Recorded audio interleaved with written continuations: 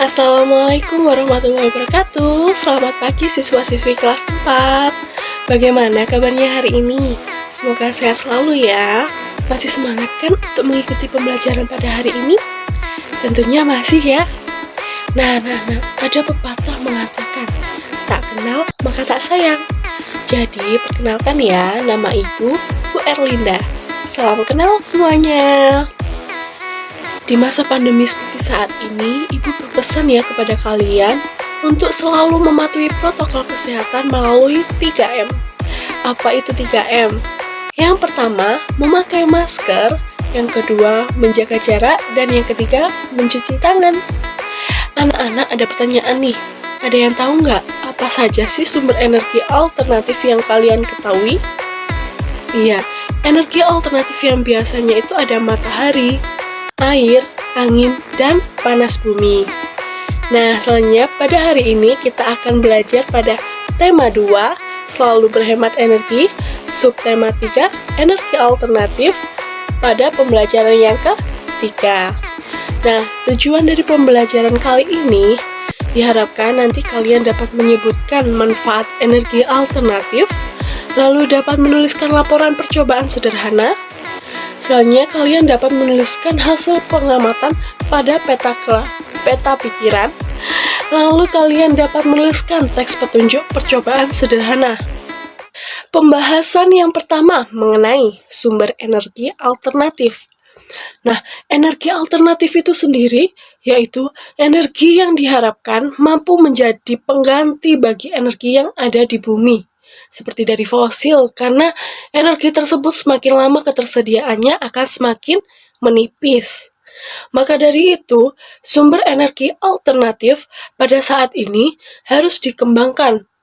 Sumber energi alternatif ini dikembangkan yang tersedia di alam, sehingga tidak akan habis.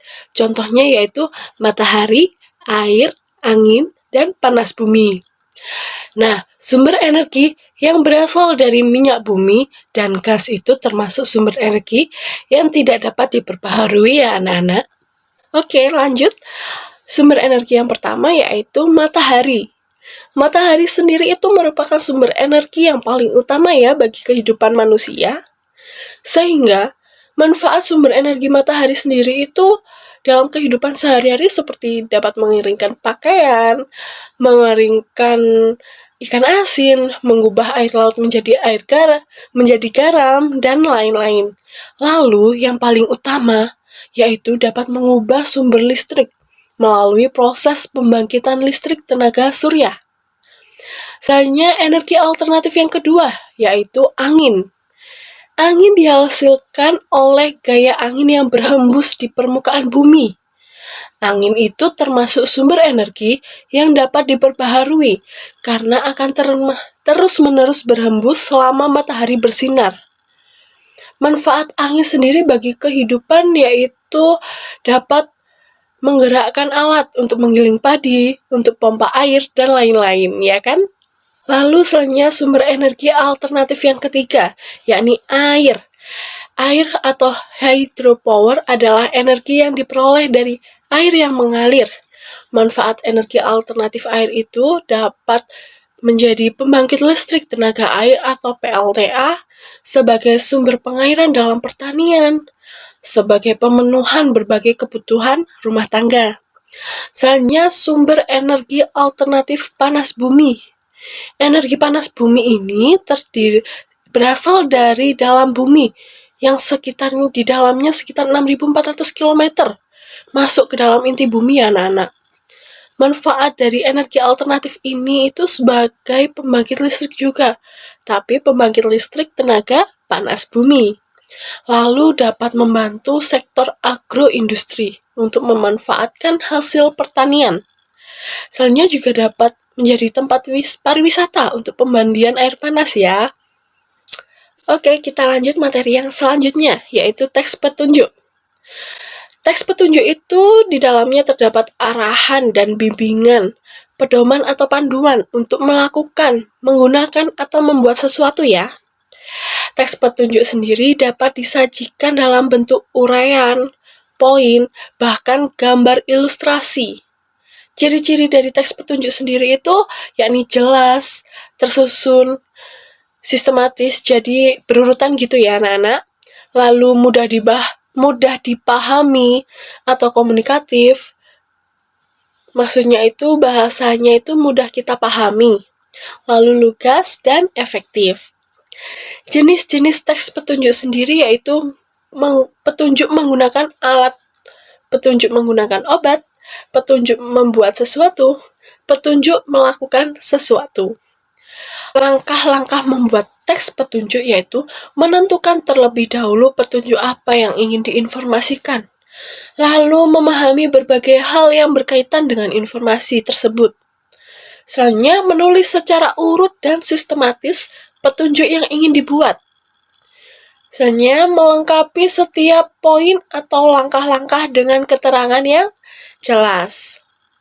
Selanjutnya, Ibu punya contoh ini, teks petunjuk ya anak-anak. Contoh yang pertama itu teks petunjuk cara menghaluskan bumbu dengan blender.